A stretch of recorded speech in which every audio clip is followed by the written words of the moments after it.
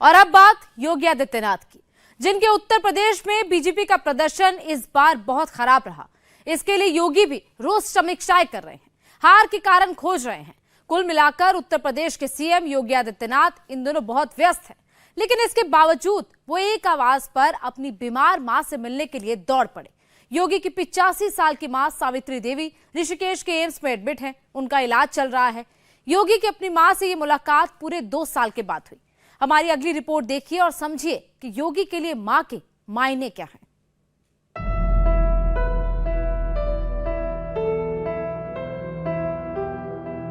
इन्हीं तस्वीरों को देखकर सब कह रहे हैं कि फादर्स डे वाले दिन यूपी के मुख्यमंत्री योगी आदित्यनाथ ने मदर्स डे मना डाला।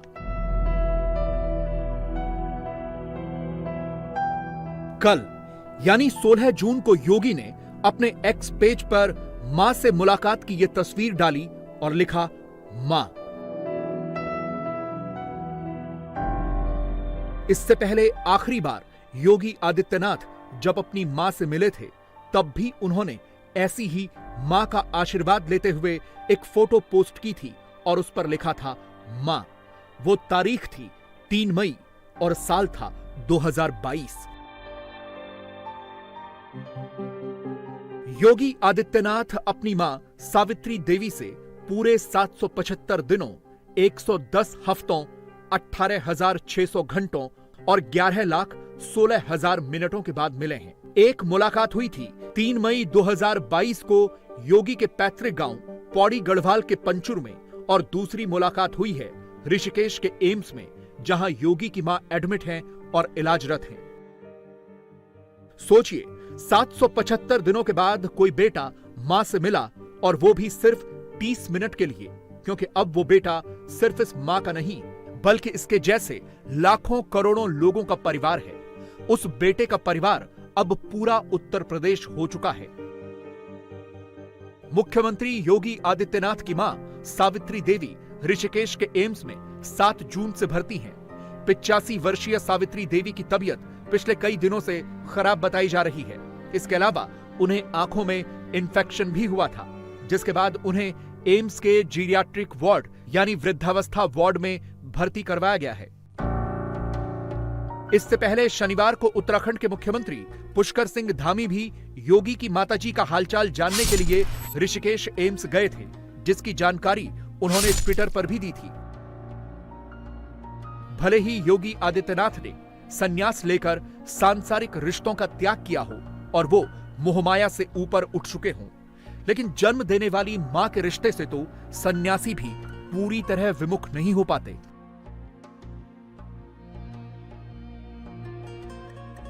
मां तो मां होती है, इसीलिए तो योगी आदित्यनाथ जितनी देर भी ऋषिकेश के इस एम्स में रहे, अपनी मां का हाथ पकड़े रहे। आंखों में इन्फेक्शन की वजह से मां की आंखों पर चश्मा लगा हुआ था। थोड़ी देर बाद वो चश्मा उतार दिया गया। योगी बनने से पहले वो पौड़ी गढ़वाल के पंचुर गांव के अजय सिंह बिष्ट थे, लेकिन अब योगी आदित्यनाथ हैं। योगी के घर में कोई भी उन्हें उनके नाम से नहीं बल्कि महाराज जी ही कहते हैं। उनके घर में तो मां को छोड़कर बाकी सब उनके पैर भी छूते हैं। इसीलिए जब ऋषिकेश में हॉस्पिटल में भर्ती मां से योगी मिले तो एक बार मां ने हाथ भी जोड़े, जिसके बाद योगी ने मां के हाथ पकड़े और नीचे कर दिए। वो करीब 30 मिनट तक अस्पताल में रहे, मां का हालचाल जानते रहे। योगी आदित्यनाथ ने डॉक्टरों से भी बात की। ये योगी आदित्यनाथ की आज की एक्स की टाइमलाइन है। लगातार तमाम तरह के लोगों से उनकी मुलाकातें हो रही हैं। वो देश के सबसे बड़े सूबे के मुख्यमंत्री हैं, बहुत ज्यादा व्यस्त नेता हैं। ऐसे वक्त में जब लोकसभा चुनावों में बीजेपी की यूपी से बड़ी हार हुई है, बीजेपी को 80 में से सिर्फ 33 सीटें मिली हैं, लगातार योगी इस हार की समीक्षा कर रहे हैं। कहा जाता है कि खुद बीजेपी में योगी के बहुत से शत्रु भी हैं, और ऐसे नाजुक वक्त में योगी को जब पता चला कि मां की तबीयत खराब है और वो हॉस्पिटल में भर्ती हैं, तो वो तुरंत ऋषिकेश दौड़े चले। इसी हॉस्पिटल में रुद्रप्रयाग हादसे में घायल लोग भी भर्ती हैं। इस हादसे में 15 लोगों की मौत हो गई थी। इन दुर्घटना के घायल लोगों से भी योगी आदित्यनाथ ने अस्पताल में मुलाकात की, क्योंकि योगी मुख्यमंत्री के कर्तव्य पथ पर भी तो चल रहे हैं। इससे पहले योगी आदित्यनाथ अपनी मां से 2 साल पहले अपने पैतृक गांव पंचुर में मिले थे। लगातार दूसरी बार उत्तर प्रदेश का मुख्यमंत्री बनने के बाद योगी आदित्यनाथ पहली बार अपने गांव गए थे। साल था 2022 और तारीख थी 3 मई। योगी आदित्यनाथ अपनी सख्ती के लिए जाने जाते हैं। बड़े बड़े गुंडे माफियाओं पर उन्होंने लगाम लगाकर दिखाई है। यूपी के ऑर्गेनाइज्ड क्राइम का खात्मा किया है।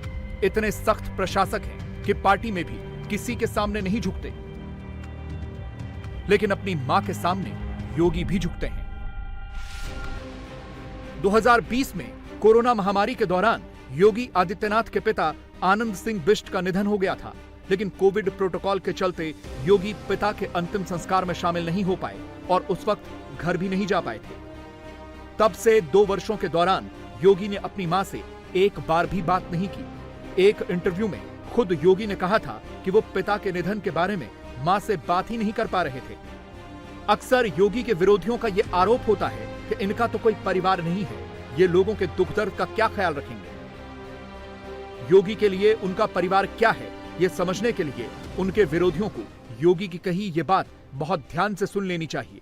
योगी के आंसू देख लेने चाहिए। चाय की दुकान चलाती हैं, प्रसाद की दुकान चलाती हैं, तो आपको नहीं लगता कि सब अपने परिवार का ध्यान रखते हैं? आप भी थोड़ा ध्यान रख देते। मैं देखिए एक योगी हूं और मुझे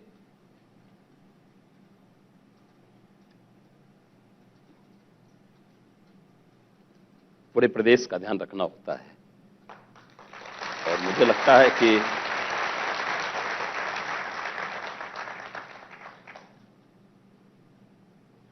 एक मुख्यमंत्री के रूप में मैंने अपने राजधर्म का शपथ ली है, परिवार का नहीं।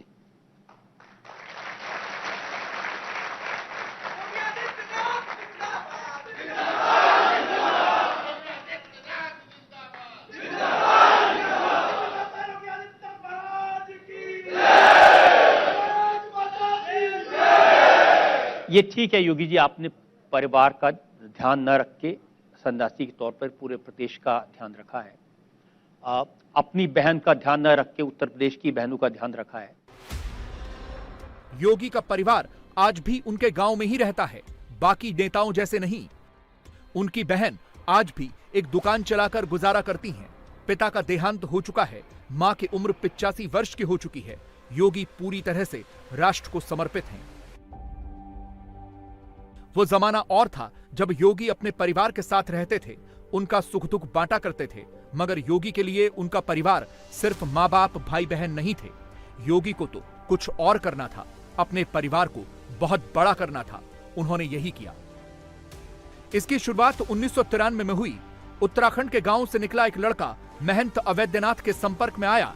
योगी गोरखपुर चले गए, दीक्षा प्राप्त की और सन्यासी बन गए। नाथ संप्रदाय में सन्यासी की दीक्षा तब तक पूरी नहीं होती जब तक वो घर से भिक्षा नहीं ले लेता। योगी ने भी पंचुर आकर अपनी मां से भिक्षा ली। अवैधनाथ ने 1998 में राजनीति से संन्यास लिया और योगी आदित्यनाथ को अपना उत्तराधिकारी घोषित कर दिया। इसीलिए तो 2022 में जब योगी अपने गांव गए थे तो अपने गुरु महंत अवैधनाथ के नाम पर बने कॉलेज में उन्होंने अपने गुरु की मूर्ति का अनावरण किया था और अपने स्कूल कॉलेजों के गुरुओं का भी सम्मान किया था। तो योगी भावुक हो उठे थे। योगी आदित्यनाथ की तरह ही उनके गुरु अवैधनाथ भी पौड़ी गढ़वाल के ही थे। महंत अवैधनाथ जी महाराज का जन्म इसी भूमि पर हुआ था। यही विकास खंड है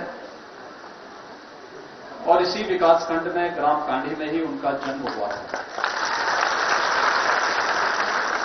लेकिन 1940 के बाद उनको कभी इस धरती पर वापस आने का अवसर नहीं प्राप्त हो पाया। उनके मन में कभी कभी इच्छा होती थी, लेकिन किन्हीं कारणों से वो कार्यक्रम टल जाता था। लेकिन वह अक्सर पूछते थे मुझसे कि वहां पर शिक्षा की व्यवस्था कैसे चल रही है, कैसे वहां के बच्चे पढ़ने जाते हैं। आज मेरे लिए एक और भी गौरव का विषय है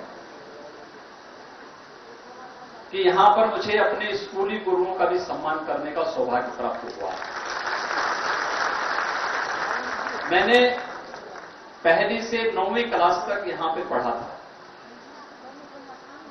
हांगर में, चंपोट खाल में। 9वीं क्लास के बाद मैं अपने पिताजी के साथ चला गया था और मुझे आज इस बात का दुख है कि बहुत सारे ऐसे हमारे उस समय के गुरुजन जो आज नहीं हैं।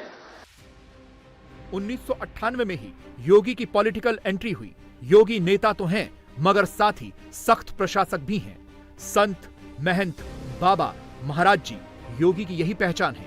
वो मठाधीश भी हैं और सत्ताधीश भी। योगी के सार्वजनिक जीवन को 26 साल हो चुके हैं। इन 26 सालों में राजनीतिक तौर पर योगी ने कई कामयाबियां देखी। सबसे कम उम्र का सांसद बनने से लेकर गोरखपुर लोकसभा सीट से लगातार 5 बार सांसद चुने जाने तक, और फिर 2017 के बाद 2022 में लगातार दूसरी बार यूपी का सीएम बनने तक। इन 26 सालों के दौरान योगी का परिवार भी पहले से काफी बड़ा होता चला गया। योगी को अपनों का भी ख्याल रखना था, रखा भी। देश के सबसे बड़े सूबे की जिम्मेदारी भी निभानी थी, बखूबी निभा रहे हैं। और आज भी यूपी को योगी ने संभाल रखा है और इस पर हमेशा ही योगी के परिवार को गर्व रहेगा।